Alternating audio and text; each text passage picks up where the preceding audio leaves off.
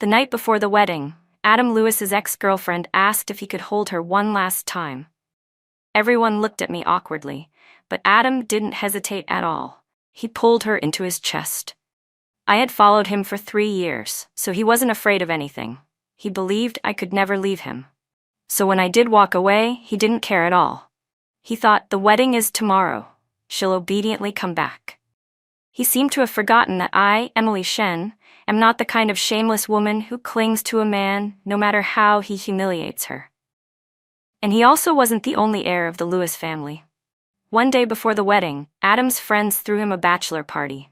Amid their loud jokes, a young woman in a thin, sexy outfit held a slice of orange between her lips and pressed herself against him.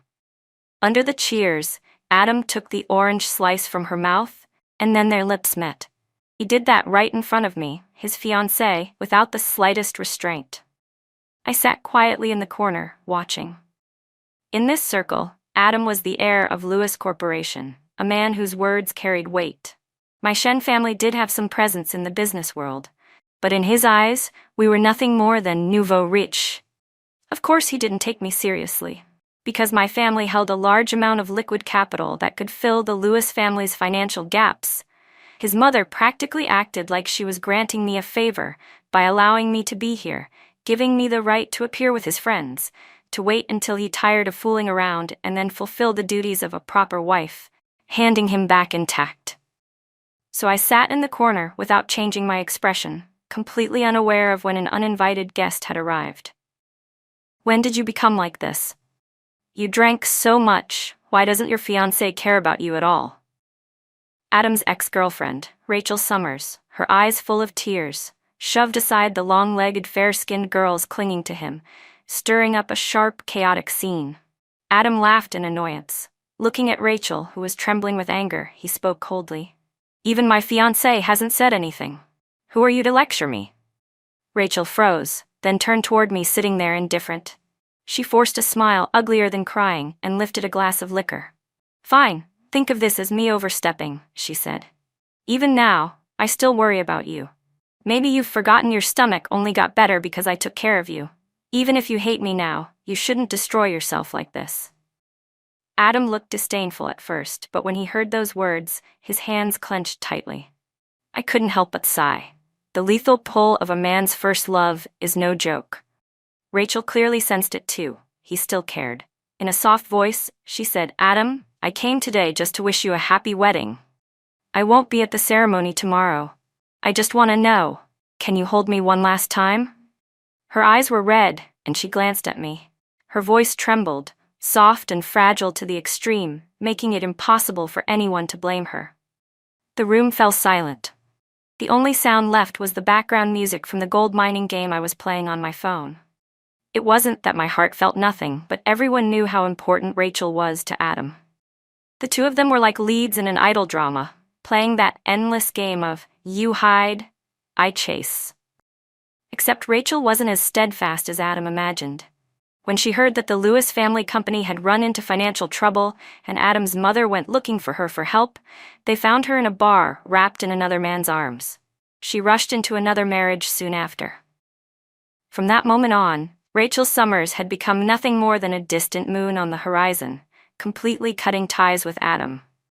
If a new fiancé hadn't suddenly appeared, me, and if both families hadn't announced our wedding, she probably still wouldn't have bothered to see him. Her intentions were obvious. Everyone who knew Adam understood them even more clearly than he did himself. Unfortunately, even understanding the truth didn't mean he remained clear-headed. He would rather blame everything on his mother than admit that the woman he admired like moonlight had once ruthlessly discarded him. In the suffocating silence, Adam pulled Rachel into his chest. The veins on his hands stood out, and he bent down low, almost as if he were carefully protecting the most precious treasure in the world. Then Rachel collapsed into tears against him. Don't get married, please? You know my life hasn't been good. I'm begging you, don't leave me. Being challenged so blatantly, I could no longer remain hidden. I finally lifted my head. When our eyes met, Adam's face had already darkened like the bottom of a pot. I didn't know what he was expecting me to say. Maybe he wanted me to react like I did 3 years ago, demanding that he cut ties with his ex-girlfriend. Or maybe he expected me to be generous and give him one last night of freedom before the wedding, so I wouldn't ruin his mood. This was a business marriage. We were all merchants. No one wanted to make things difficult for anyone else. So I only thought for a second before decisively turning to leave. Just as I lowered my head to continue playing my gold mining game, I heard Adam grit his teeth, spitting out each word as if furious yet pleading at the same time. As long as you beg me, I'll listen to you. Beg him? Just like before? Beg him, his fiancée, to give me a sliver of dignity? A fire suddenly rose inside me. It seemed Adam had forgotten something.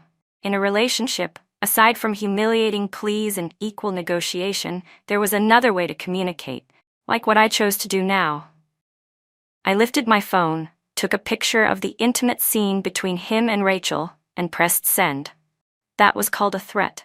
Adam let out a furious laugh and looked at me like I was a stranger. Do you think I'd care about something like that? As long as we increase the profit on your family's investment project? Forget my parents. Even your parents would tell you it's not worth worrying about.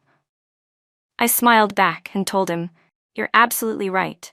You've been trampling my dignity for years and you never cared. But just because you don't care, doesn't mean Miss Summers doesn't." I held up my phone. "I can send this to her husband, Philip Turner. I'm sure he'd be interested to know what his wife is doing tonight." The color drained from Rachel's face instantly. 3 years ago at a bar, she had thrown herself into Philip Turner's arms. At the time, Philip had just lost the wife he deeply loved. Rachel relied on her face, which resembled his late wife by at least 50%, to cling to this powerful man. She thought she would rise through pregnancy and secure her position, but less than 6 months later, news broke that Philip was searching for new beauties, each one resembling his deceased wife even more than Rachel did, and each far more skilled than she could ever hope to be. Now Rachel had no child to secure her status. If rumors spread that she was still entangled with her ex-boyfriend, she could forget about rising in the Turner household. She wouldn't even be able to keep the title of Mrs. Turner. Her lips trembled. She hurriedly tried to push Adam away, but he held her firmly against his chest. "Reputation is one thing," he said coldly. "Whether I can let go of her, that's my business. Why do you insist on making things so difficult for her? Don't forget, you're not even officially the future Mrs. Lewis yet, so don't act like you have the right to throw your weight around here. Apologize to her. Don't make me repeat myself." Adam's way of threatening me had always been the same. He simply believed I could never leave him. I smiled, then pointed at the married woman in his arms. "Fine, then I'll give her my spot. Would that make you happy?" But that position wasn't something she could take. The Lewis family would never allow a homewrecker to marry in. Rachel clearly understood that too. Her already pale face twisted as she cried so hard she nearly fainted. "I was with Adam first. I'm not a homewrecker." Before anyone could react, Adam strode violently toward me. His hand came down hard across my face, snapping my head to the side. His eyes were cold and ruthless, the same way he looked at me the day both families announced our engagement. He had stared at me then as if I were an enemy he could never forgive and warned me, "You're only a marriage arrangement. Rachel is the only true love of my life. So don't cross the line. Don't forget, your family survives only because mine lets it." 3 years ago, because of those words, I carefully avoided all of his boundaries. Unless it was to preserve the public image of both families, I never interfered with his affairs. Even when I had to use my fiancé status to chase away the women he found bothersome, outside of that, I stayed silent while he indulged in pleasure and nightlife. That was how I followed him for 3 whole years, swallowing my anger, forcing a polite smile, and letting his friends treat me like some pathetic, lovesick fool. That was Adam Lewis. Back then, my family had declined and relied on the Lewises just to survive. My parents would have begged for the chance to marry me into such a powerful household. But business had changed in the past 3 years. The Shen family had risen again. Our relationship with the Lewis family had shifted from dependence to equal cooperation. Yes, they still held the advantage, but one word from them was no longer enough to make me kneel and kowtow in gratitude. I lightly touched my left cheek as the burning sensation spread across my face. Adam might be awful, but I never thought he'd hit me because of Rachel. My lips curved slightly. I typed a few words on my phone, sent a message, and then walked out of the private room. Behind me, I could still hear his friend speaking cautiously. Adam? She actually left. His voice remained maddeningly calm, enough to make anyone sick. Tomorrow is the wedding, she'll come crawling back anyway. That position will be hers sooner or later. What's she so upset about? I stepped onto the sidewalk. The early autumn wind carried a thin chill. I tightened my coat and glanced at the message my mother had sent. After learning about Adam's disgraceful behavior tonight, she had sent me a long string of comforting words. Even when I told her, his mother hit me. It hurts. She only stayed silent for a while, before offering some polished, empty consolation. All of it meant one thing. She wanted me to be sensible, to maintain friendly relations between the two families. After all, we still wanted to do business with the Lewises. Most men are like that, she wrote. As a woman, you need to know how to tolerate certain things. In her heart, the greatest value of her daughter was securing resources and status for the family. No matter how wronged I felt, I was expected to endure it. I was a business investment she had planned for years, a high-end product she put on display. Even if there was some affection, it would never outweigh her pride or ambition. I had anticipated this reaction, yet disappointment still settled heavily in my chest. I tossed my phone and purse aside and lifted my head toward the corner of the street. A man in a dark trench coat seemed to have been waiting there for a while. He gently pressed a cold drink against my cheek, rolling it lightly back and forth before speaking softly. Adam has always been like that. Spoiled since he was a kid, everything handed to him, so he never cherishes anything. But if you stay with him, you'll never have to worry about food or clothing for the rest of your life. Unlike me, I'll never be the first choice of the Lewis family. The path I walk will never be easy. Have you really thought it through? Are you sure you want to choose me? His voice was low and husky, his bright eyes warm, yet full of depth. Even though the situation benefited him entirely, he still kindly laid out the pros and cons for me. He was Adam's half-brother, Evan Lewis. His mother had died in childbirth, and Adam's mother stepped in quickly after, with the excuse that the baby needed someone to care for him. From the beginning, she had treated Evan with distant indifference. But one day, she found a photo of Evan's late mother hidden in a safe by Evan's father. The nose, the eyes. If the pictures were placed side by side, even she might mistake one for the other. The world really was like a melodramatic novel, full of cliché stand-ins and blood-twisting plots. From that moment on, Evan became a thorn in Adam's mother's flesh, especially as he grew older and slowly revealed a natural talent for business, while Adam kept making one disastrous decision after another. The contrast between them grew so vast it stirred heavy discontent among the board and increasing pressure from senior executives. The resentment only deepened. Adam's mother, furious and determined not to let her beloved son suffer, suppressed Evan in every way she could. Under her schemes, he lost his authority in the company and ended up drowning his frustrations in a bar, where he happened to run into me, watching my cheating fiancé and getting thrown out afterward. One heartbroken, one humiliated. Looking back now, maybe we really were a perfect match. I hooked my arm through his, feeling how his body stiffened for a brief second. Then I pointed at our silhouettes reflected on a lighted billboard nearby. The two of us looked surprisingly harmonious together. Evan, I don't want to become some bargaining chip in a deal, and I doubt you want to spend the rest of your life being pushed around by that brain-dead little brother of yours. Adam was arrogant, always believing I was hopelessly infatuated and could never leave him. Compared to him, Evan was far more stable. We're helping each other, I said. No romance involved. I can offer you an olive branch. My family still has $4 million in idle capital we haven't put to use, so don't let me down. Evan's expression shifted slightly as he pulled me into his arms. No romance involved? His voice held a faint trace of regret that tugged at something in my chest. I suddenly didn't know what to say. Emily, he murmured, if you choose me, I don't need any olive branch. But to thank you, I'll give you a gift tomorrow. Evan took me to the apartment he rented in the city center. Looking out the window, I could see the LED billboard of Lewis Corporation and the glass windows of the CEO's office on the top floor. Inside, the warmth of the room made the alcohol in my system flare, filling my whole body with heat. I sprawled unceremoniously across his bed. "I'm lying on our future wedding bed. You don't mind, do you?" I teased. Evan came out of the bathroom, shaking water from his hair. "I don't mind, but I strongly suggest you put on a face mask. Otherwise, you'll regret it tomorrow. After all, tomorrow, you're supposed to be the most beautiful actress on stage." On the way back, I kept asking what gift he planned to give me tomorrow. But Evan was unbelievably tight-lipped. No matter how I pressed him, he wouldn't say a word and instead just led me out for a late-night meal. It was already past midnight, yet he showed no signs of fatigue.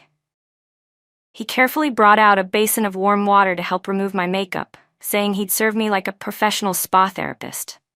After washing my face, he placed a sheet mask over it and gently massaged my temples.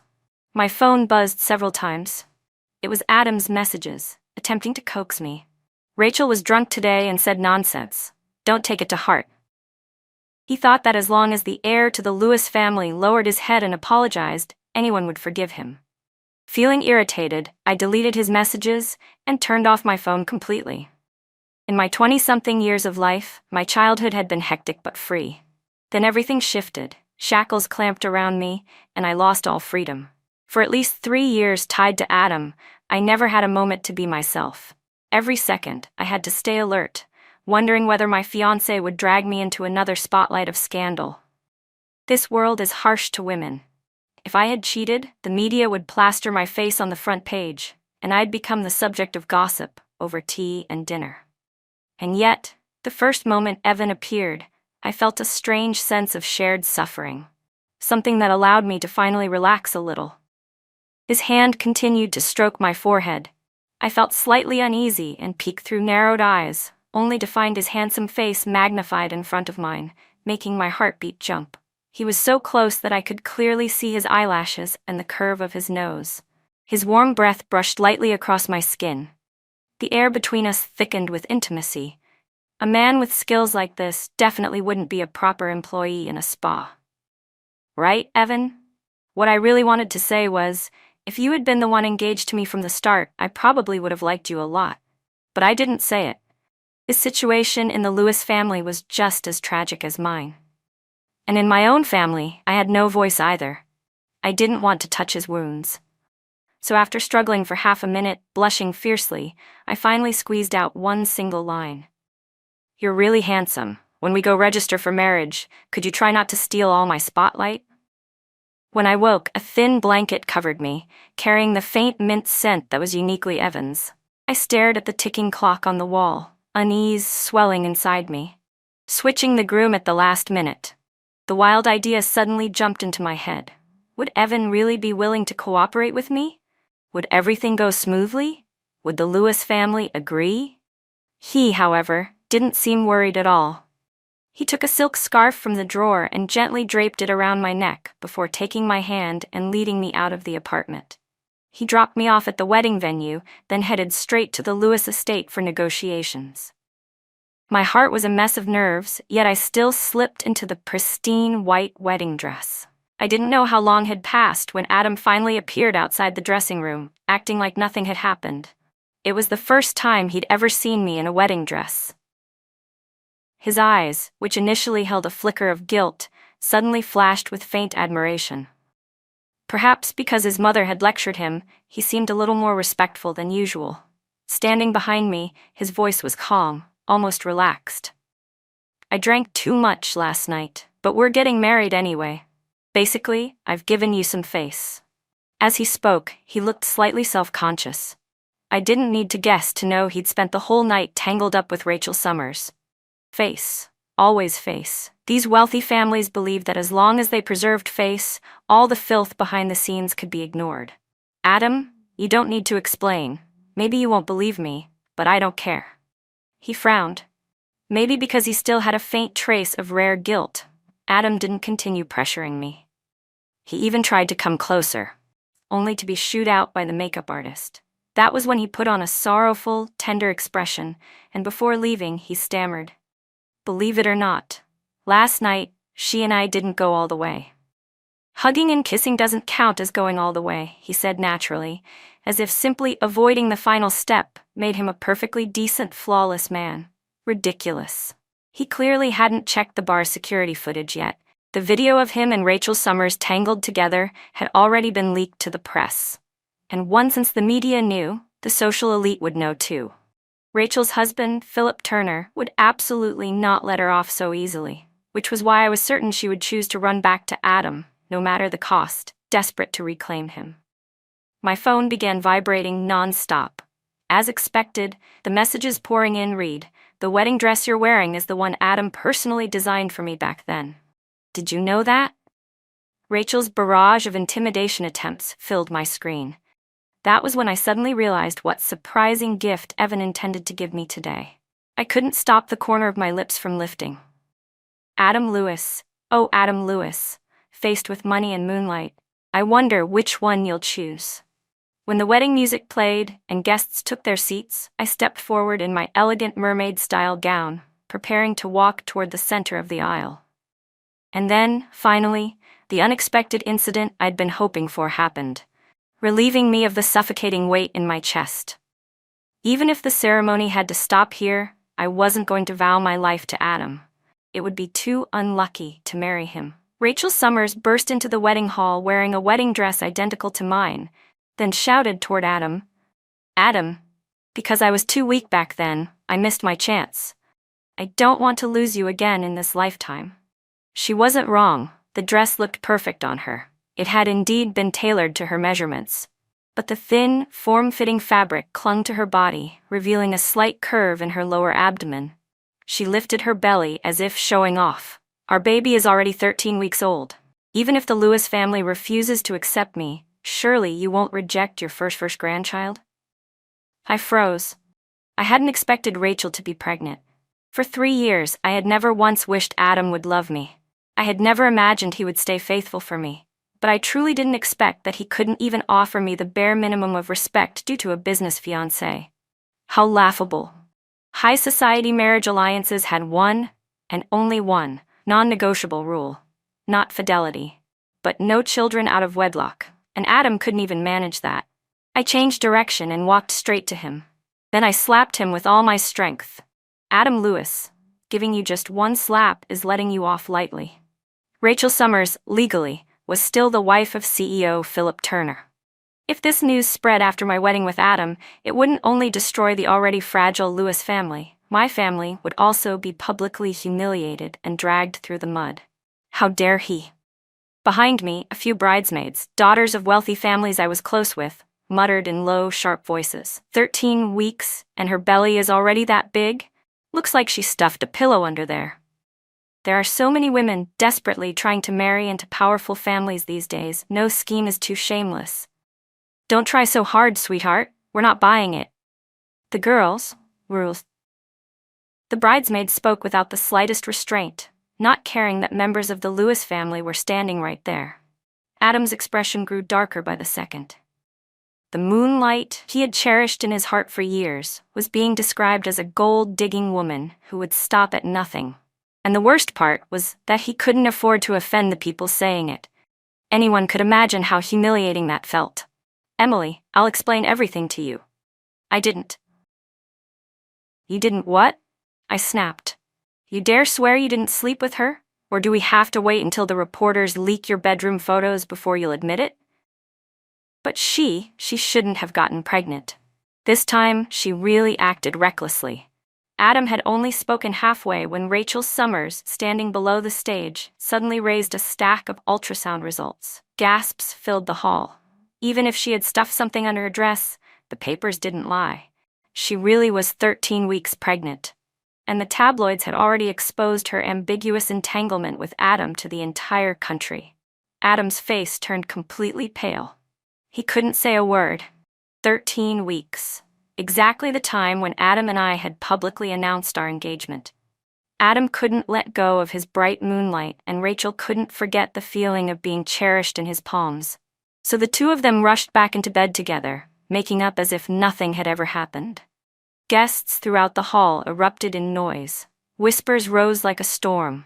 Adam's mother trembled with rage, grabbing a glass and throwing it at Rachel. Perhaps the scene made Adam think of all the times Rachel had been tormented by his mother because of him. Acting on instinct, he rushed down to shield her in his arms. Once again, he made me a laughingstock in front of everyone. Once again, he crushed my dignity beneath his feet. "Adam, do you even know what you're doing?" his mother screamed. The shrillness of her voice snapped a sliver of reason back into him. Slowly, too slowly, he loosened his grip on Rachel. But it was already far too late. The moment Rachel appeared in a wedding dress, social media exploded. Reporters stationed outside, sharp-eyed as always, immediately released the breaking story. Adam's position at Lewis Corporation had never been stable. He held it only because of his parents' influence and the Shen family's support. And now, after Rachel's stunt, he could forget about any promotion. Even his role as vice president was at risk. Below the stage, I saw my mother clenching her hands until her knuckles turned white. Her face, normally well-maintained, was flushed red. Perhaps she remembered her own wedding years ago when her husband's scandal with a yacht attendant made headlines. Even though they had suppressed the story, the upper-class ladies still mocked her for years. Standing far away, she looked at me with tears falling down her cheeks. Judging by her lip movements, she was calling my childhood nickname with heartbroken anguish. But I didn't know whether she was grieving for me or mourning the dignity she had just lost. I pinched my arm hard, forcing tears to gather. Then, in front of everyone, I let myself collapse into a warm embrace as if fainting from heartbreak. I became the injured bride who fainted at the scene and was rushed to a hospital in the Western District. Even though the Lewis family tried desperately to suppress the news, blurry photos and a short audio recording still leaked. Soon, the entire city knew. People speculated endlessly about whether the Lewis and Shen families would break ties. I sat on the hospital bed, facing the reporters' cameras, and calmly announced, "Thank you for your concern and attention regarding our situation." I said, "I am my parents' daughter. They raised me for so many years. How could I destroy all their hard work just because of a moment of humiliation?" I told the reporters I believed the Lewis family would give us a reasonable explanation. The Shen and Lewis families had cooperated for years. Even if the balance of power in the market had shifted, partnerships shouldn't break based on who was stronger or who loved whom more. Everyone understood clearly that if the two families were forced apart now, both would lose a layer of flesh. As the eldest daughter of the Shen family and the victim of this engagement scandal, I still appeared before the cameras with a tired but composed smile, insisting on thinking for the sake of both families. To anyone watching, the image was deeply sympathetic. My parents visited the hospital several times. Of course, they saw right through my performance, but they didn't say a word. Under my manipulation, public sympathy for the Shen family surged to its peak, and our stock value rose significantly. People who benefit have no complaints. That was one of the many lessons I'd learned over the years from observing my younger brother. One warm afternoon, my mother helped fix a few stray strands of hair near my temple, then placed the household registration booklet into my hands. There was hesitation in her eyes as she spoke in a heavy tone. "Emily, I know life in a wealthy family isn't easy. If you're not happy, even if you marry, Mom," I interrupted, "you don't have to say it. The Lewis family has no other daughters. They can't let your precious son bend over and hand himself to someone else." The moment the words left my mouth, even I was startled. I thought I no longer felt anything, yet my tone still carried a trace of resentment. My mother froze, then looked straight into my calm eyes. I continued, "For my brother's sake, no matter what, you would always choose to sacrifice my happiness. Isn't that right?" She avoided my gaze, said nothing more, and quietly left the hospital room. As the door opened, she crossed paths with the Lewis family's reasonable explanation. Evan Lewis walked in with a bouquet of flowers and nodded politely to her.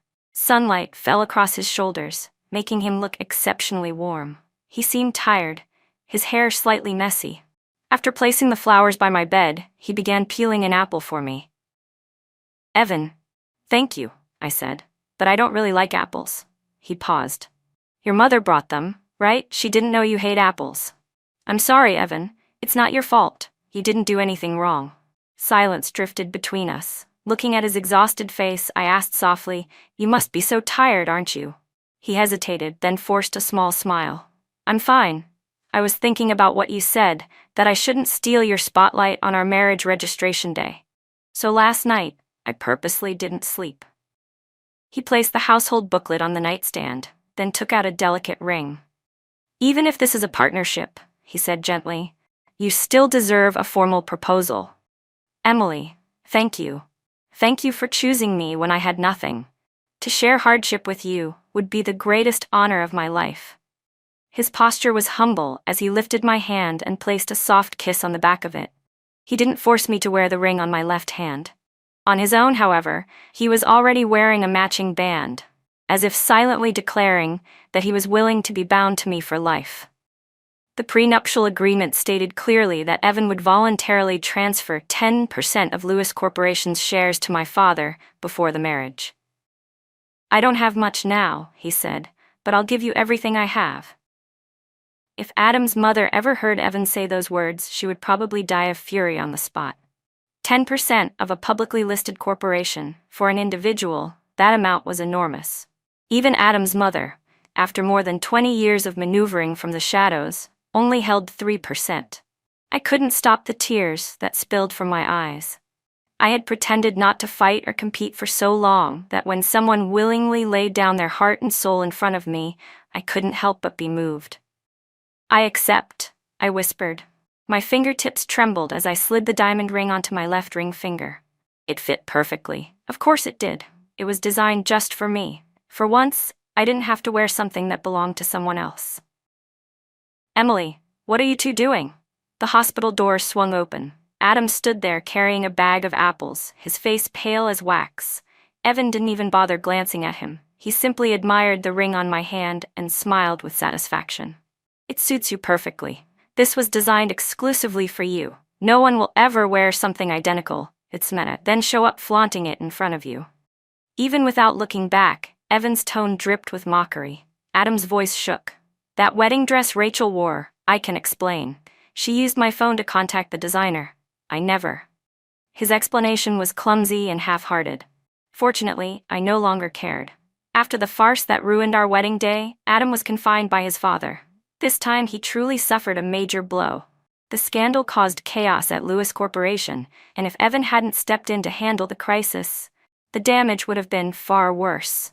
Adam was temporarily suspended, his responsibilities reassigned to subordinates. Evan, having saved the company, was directly appointed to replace him. His competence and contributions were undeniable. He was now shining at the peak of his career. Even Adam's mother couldn't stop it. All her protests stirred up no waves. Rumor had it she quarreled with Adam's father. "He's just an illegitimate child. Why aren't you helping your real son? Why are you helping that one instead?" she screamed. Father Lewis's response was ice cold. "Compared to Evan, Adam is the illegitimate one in my eyes.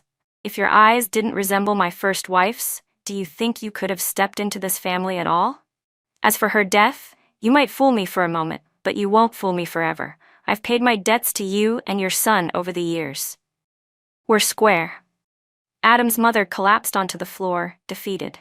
In the end, the winner and loser were laid bare. In the days before, she had come to the hospital several times. I pretended to faint right in front of her and leaked embellished details to the media. Whether Adam visited secretly or because his mother pushed him to make one last attempt, I no longer cared. Adam Lewis. It wasn't as if I never gave you a chance. I gave you 3 years of my life. You were the one who didn't cherish them. Who should you blame now? Evan and I went openly and proudly to register our marriage. When I looked at our photo on the marriage certificate, I finally exhaled, truly relieved. The wedding ceremony was set for early next spring. Riding the momentum of our marriage, the Lewis family could launch their new season products. Because of all the preparations, Evan was running everywhere at work, barely finding time to breathe. Yet whenever he came home, he insisted on personally deciding countless details of the wedding. Meanwhile, I poured my full effort into coordinating the public relations for the new product line, terrified something might go wrong. After all, if an issue, this business project carried the Shen family's $4 million investment. I had to maximize profits no matter what. As long as the stock price and revenue rose together, I would become the happiest woman alive. Every time we discussed the wedding, he talked about his plans and I talked about mine, until Evan finally looked at me with a wounded expression. So, compared to the wedding I'm planning for us, do you prefer the one Adam prepared for you? Oh, shut up, Evan. What nonsense are you thinking? In the end, we spent the entire night drafting our wedding gift registry and went to work the next morning with matching panda eyes. Time flew like an arrow. The closer the wedding approached, the more unreal everything felt. Happiness made me lightheaded, so happy it scared me. The more I liked Evan, the more frightened I became. The more frightened I became, the more I wanted to run. I went to a counseling office, and the therapist told me gently, "You can try accepting someone's love. Enjoy the process of loving and being loved. Being together or separating, both are part of life. Your emotions and your wounds are natural." When my younger brother was born, my parents seemed to reclaim all the love they had ever given me in just one night. My clearest memory was the day I bit into an apple, and the noise woke the baby. My father whipped me across the back, my skin burned like fire. I cried loudly, only to receive a slap from my mother. "Stop crying, you'll wake the baby again." Since then, I've been terrified of receiving love, afraid that one day, without warning, it would be snatched away. I hid my heart carefully, terrified of falling into a beautiful illusion and waking to find myself standing at the edge of a cliff. But strangely, nothing about being with Evan ever felt like walking on thin ice. One day I suddenly realized there was already a smile spreading across my face. I began focusing on cherishing peaceful, happy, everyday life. I no longer thought about whether our marriage would suddenly collapse someday. Tonight, the photography studio delivered our wedding photos. After thinking for a long time, I selected a few and posted them on my social feed. As I hit post, I hugged my phone to my chest, feeling my heart thump like a battlefield drum. Then Evan posted a collage of 9 photos on his page. Every single one of them was me. I had expected that crazy person Adam might show up after seeing the posts. But I didn't expect Rachel Summers to appear first, blocking the doorway to my home. After registering our marriage, I had moved directly into Evan's downtown apartment. Almost no one knew that. I posted on social media only yesterday, yet today Rachel had somehow found our address. It was 8:30 p.m. after work when I arrived with a bag of Crazy Thursday fried chicken, only to find her kneeling in front of my door. The once arrogant and proud woman was now begging me for a way out. She said that as long as I remained angry, Adam would never spare her. "You clearly love Adam, and he loves you like mad," she sobbed. "Why force yourself to marry someone you don't even like? Adam said if you come back, he'll take me and the baby abroad to settle down. Please, I'm begging you. Save my life. Have mercy." Hearing her assumptions, irritation flared in me. Who was she to claim I didn't like Evan? I looked down at her from above with a hint of pity. She was a girl without any real backing, using every trick she knew to squeeze into high society. Unfortunately for her, after stepping into that world, she had spent so many years clawing her way into high society, yet she still didn't understand it at all. In the past, I had grown angry countless times, but had Adam ever truly stood on my side? He had merely thrown all his current frustrations onto Rachel, 2 empty-handed people, clinging to each other. And as for me, why should I ever take back a man who had betrayed me? A mocking smile rose on my lips. I looked at Rachel Summers and said, "I'm not like you. I have zero interest in a man who's betrayed me. But you don't have to depend entirely on him either. I can help you stay in the UK. If I want, you can live there for the rest of your life. You won't have to come back. Do you want that?" Rachel's face flushed with humiliation, her mouth opening and closing without forming a single word. "Why wouldn't you?" I continued, afraid you might actually have to stay abroad forever and never return. Her pregnant body was already heavy, and when she got up to leave, her figure wobbled awkwardly down the hallway. She practically ran for her life. On the wedding day, I wore the world's only diamond ring and a one-of-a-kind gown. I had specifically instructed the designer to add a hidden pocket inside the dress so that before walking onto the stage, I could take out my phone and handle business whenever necessary. Which was why the comedy began. The groom, overflowing with joy and tears in his eyes, prepared to kiss the bride. Meanwhile, the bride, having just received news that our company's new product line had sold out, grinned so widely that Evan couldn't even find a good angle to kiss me. When the officiant asked for the second time, "Do you take him?" I blurted out, "Yes, yes, yes, I do." With storm clouds gathering on his face, Evan covered our faces with the bouquet and kissed me hard. The ceremony was held by the sea. There were no formalities of a traditional banquet, just a simple ritual before guests wandered freely along the private beachfront. Security was strict. No unwanted visitors could possibly intrude. Yet Philip Turner still appeared. He exchanged a few polite greetings with us, and beside him stood a young woman who resembled his late wife even more than Rachel ever had. Big, clear eyes, soft and obedient, clinging gently to his arm. She looked harmless, but privately she had spent a significant sum to make Rachel's life in Britain miserable. So miserable that Rachel had nearly wandered the streets heavily pregnant. Because Rachel's pregnancy was at a sensitive stage, the new woman was terrified that the baby might be recognized as Philip's heir. So she used every trick in the book to pressure Rachel. And Adam, who had once promised Rachel a luxurious, carefree life abroad, turned a blind eye to all of it.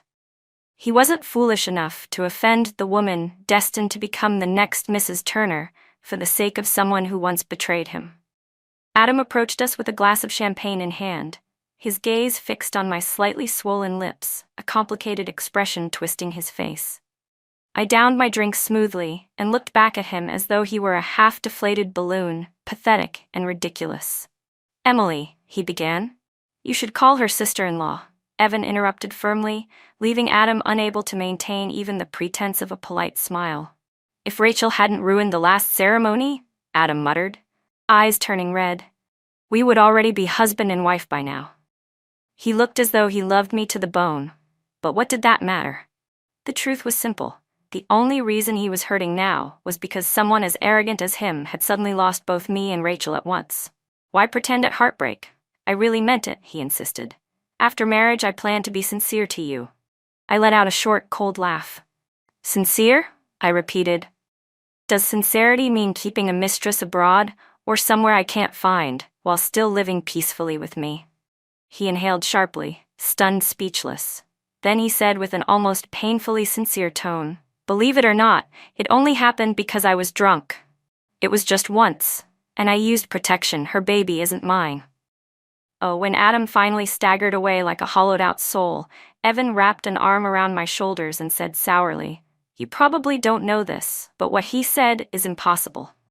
Rachel Summers didn't break in on her own. I brought her. And the video of them, yeah, I handed that to the reporters." He lifted his glass and added, "As long as I'm here, he never had a chance to complete that wedding." "You ruined my wedding with Adam. Isn't your wife going to be angry?" I asked, clinking my glass against his before gently brushing my hand across his cheek to comfort him. He raised a brow. "She won't be angry. After all, the day Adam ran into Rachel, you were the one who poked holes in his condoms." I laughed. "Exactly. We really are a perfect match." Evan's voice softened. "I've had feelings for you for a long time. At the end of the story, even after we married, everyone still assumed Evan and I wouldn't end well. Even my own father, Mr. Shen, thought so.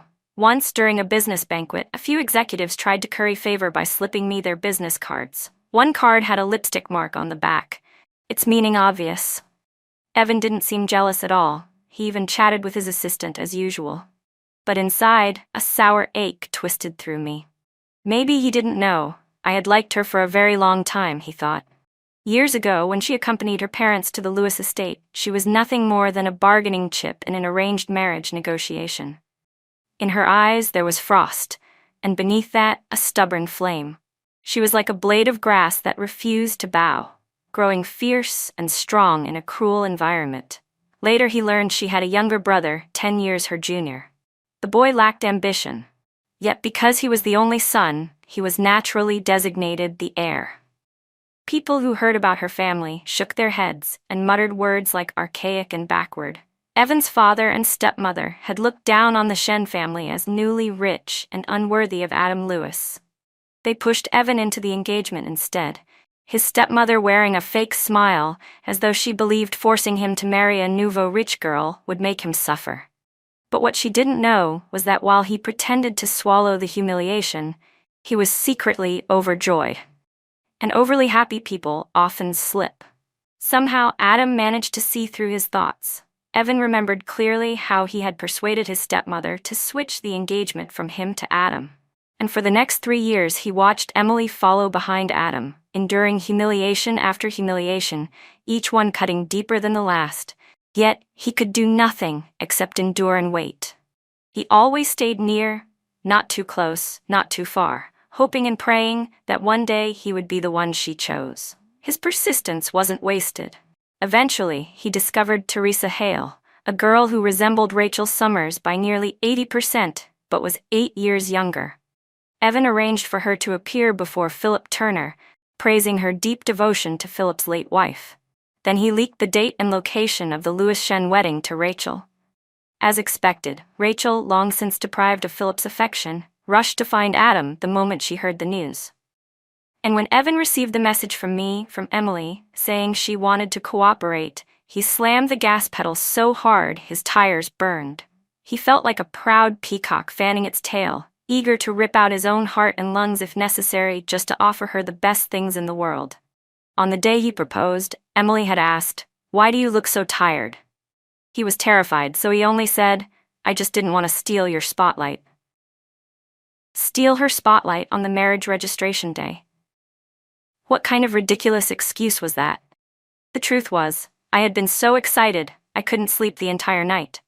The butler even caught me on the balcony rehearsing my proposal lines, so nervous I bumped my head into the doorframe. But none of that mattered, because she said yes. She said she had liked me for a long time too. What she didn't know was that even before she realized her own feelings, I had already been inching toward her, step by step, with everything I had. I snapped back to reality, handed the business card back to the director who'd slipped it to me, and pulled Emily's assistant aside. I instructed her to put those filthy men who had given me cards on the blacklist immediately. The assistant blinked innocently. "Mr. Lewis, it's been a long time since I've seen President Shen smile like that. The last time she smiled that way was when she said she wanted to bankrupt Warren Corporation this winter. I promised her a raise if she would speak kindly about me in front of Emily. After all, my Emily worked constantly. She spent more time with her assistant than with me. According to the assistant, Emily had said that any man bold enough to hand me a business card should pay a heavy price. Something cutthroat. So she cared about me that much. Knowing that filled me with overwhelming happiness. Do you believe that walking away at the right time is an act of self-love? Love and Lies story.